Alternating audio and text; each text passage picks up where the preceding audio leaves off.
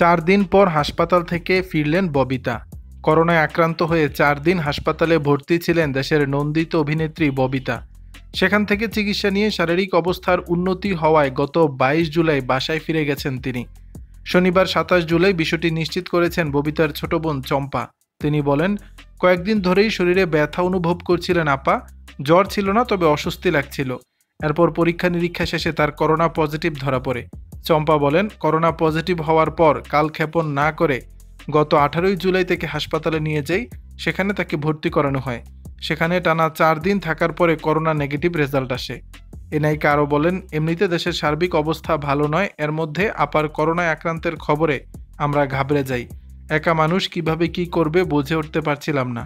তারপর বড় আপাও আমরা মিলে দ্রুত তাকে হাসপাতালে ভর্তি করানোর সিদ্ধান্ত নিই। ববিতার বর্তমান অবস্থার কথা জানিয়ে চম্পা বলেন, আপা আপাতত সুস্থ আছেন, তবে শারীরিক দুর্বলতা এখনও পুরোপুরি কাটিয়ে উঠতে পারেননি। সবাই তার জন্য দোয়া করবেন। দর্শক, বিষয়টি নিয়ে আপনাদের মতামত জানাবেন নিচের কমেন্ট বক্সে।